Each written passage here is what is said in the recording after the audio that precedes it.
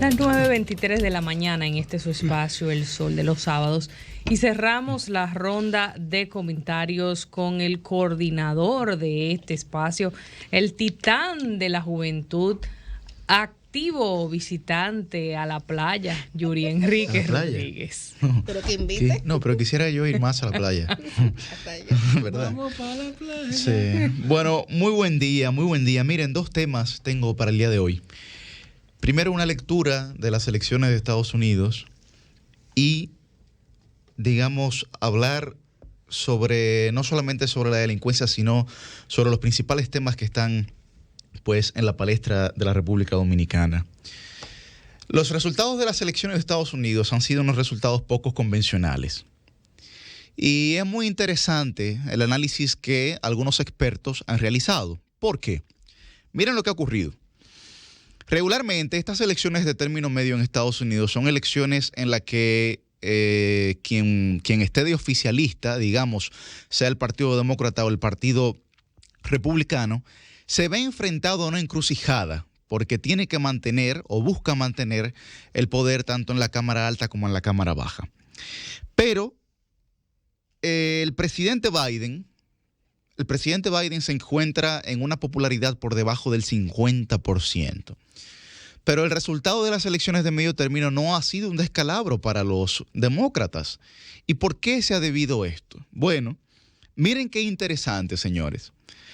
En los estados en donde la democracia o el derecho al aborto estaba en juego por los candidatos republicanos, es decir, en los estados donde los candidatos republicanos utilizaron el discurso antidemocrático o, digamos, de devolver el derecho al aborto, no garantizarlo, en esos estados ganaron los demócratas.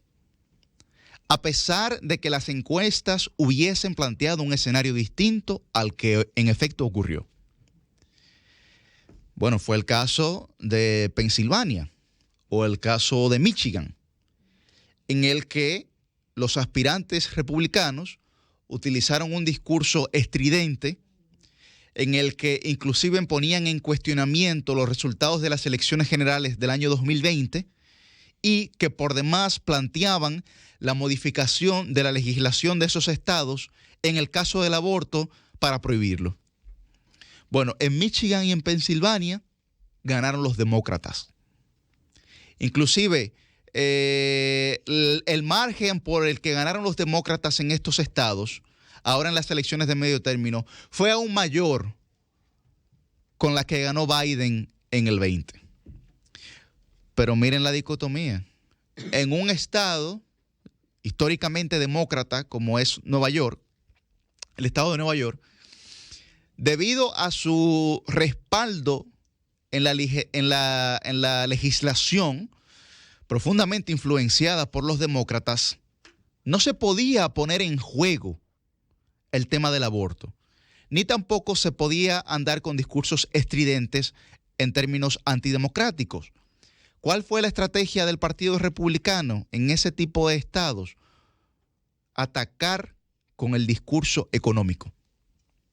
El discurso económico, que fue con el discurso que ellos comenzaron, digamos, a hacer la campaña con el tema inflacionario, con la reducción del poder adquisitivo de la ciudadanía, pero muy inteligentemente, el Partido Demócrata visualizó que la gente no estaba dispuesta a perder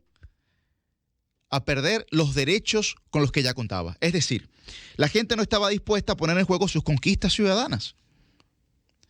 Y yo he mencionado en este programa en reiteradas ocasiones que la generación que no admite ningún tipo de discriminación ya nació y vota para el 2024. Es decir, las niñas y los niños que nosotros ahora consideramos como jóvenes, que salen de la adolescencia y ya llegan a una adultez joven, entienden que el aborto es un derecho que se le confiere y que no se le puede limitar, ni mucho menos se le puede quitar. Eso fue lo que ocurrió en las elecciones de Estados Unidos. Entonces, se pusieron en juego las conquistas ciudadanas y en esos estados donde había un discurso antidemocrático y había un discurso, digamos, para limitar el aborto o para prohibirlo, ganaron los demócratas, abrumadoramente. Yo creo que eso es, digamos, un escenario en el que nosotros tenemos que visualizarnos. Porque de cara al 2024, la República Dominicana va a tener 800,000 nuevos votantes. Es decir, un 10% del padrón electoral. Y esos 800,000 nuevos votantes, que son evidentemente jóvenes, es esa generación Z que no admite en su generalidad ningún tipo de discriminación. Por eso yo he mencionado que para esa generación el tema haitiano, por ejemplo, no es un tema relevante, porque es un tema que inclusive los ofende a ellos. Ofende a esa generación el tema haitiano, la discriminación. Ofende a esa generación. Ni tampoco le interesa ese tema, ¿no? Como otro tipo de tema en el que sí hacen causa común, como por ejemplo las 3 causales. Yuri, pero tú hablas de las próximas elecciones, pero justamente las elecciones pasadas a nivel senatorial y a nivel de diputaciones, vimos como quienes habían adoptado un discurso radical en contra de derechos fundamentales como esos que tú describes, perdieron frente a sus oponentes. Bueno, pero realmente en este momento, Mili, nosotros tenemos el Congreso más conservador que hemos tenido en muchos años. Sí. Pero si tú lo ves desde el punto de vista de quienes fijaron posición a favor o en contra de las causales. Eso solo pasó en el Distrito Nacional. Correcto. Eso solo pasó en el Distrito Nacional. Correcto. En algunos casos. Digamos, ocurrió tal vez en los lugares en los que hay un mayor nivel educativo y de conciencia, ¿no? Entonces, por eso también quienes aspiren van a tener que tener posiciones claras. Aunque, ojo, aquí, incluso en el distrito, todavía hay una mayoría, cuando tú analizas los legisladores del distrito, sí. La mayoría son conservadores. Así es, efectivamente. Miren, el segundo tema. El segundo tema. O doble moral, es otra discusión. O doble moral, una discusión ¿verdad? un poco más profunda. Una discusión un poco más profunda. Es otra cosa. Pero miren, brevemente el segundo tema. Sobre lo que planteaba Francisco, planteaba Millicent. Yo creo que en la sociedad dominicana se comienza a generar una noción colectiva de desorden. ¿Y por qué yo planteo esto? Bueno, porque hay una noción colectiva de desorden en el tránsito. Hay una noción colectiva de desorden con el tema eléctrico. Hay una noción colectiva de desorden con la inseguridad, ¿no? Digamos, son temas que afectan la cotidianidad de la ciudadanía. Porque la ciudadanía, cuando se genera movilización social, es que hay ascenso económico. Entonces la ciudadanía tiene que movilizarse diariamente para laborar. Y cuando entra en la dinámica del tránsito, las consecuencias que se generan a partir del estrés, en principio, que la gente sufre, son catastróficas. Porque son consecuencias que en principio no se ven, pero con el paso del tiempo se generan de forma estructural. Entonces es mucho más difícil usted combatirlas. Con el tema del caso eléctrico, la electricidad afecta la calidad de vida en una manera casi, digamos, que no se puede contabilizar. Porque no solamente la afectación económica que puedan tener negocios como salones o como colmados, cualquier tipo de negocio que tenga que comprar una planta o inversor, etcétera, sino también en la calidad de vida de la gente en sus casas. En sus casas. Y lo más acuciante ahora mismo, que es el tema de la inseguridad. De la inseguridad. Pero miren qué pasa con el tema de la inseguridad, que Millicent tocó. Cuando hablamos de la prohibición del expendio de bebida alcohólica, Millicent tocó un tema neurálgico, que es el que yo quiero tratar.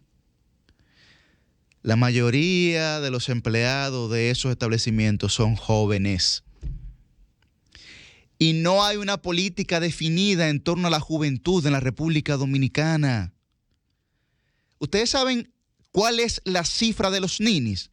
De los que ni estudian ni trabajan, es decir, de los que no están ni en el sistema educativo ni inmersos en el mercado laboral. ¿Ustedes saben a cuánto asciende esa cifra al día de hoy?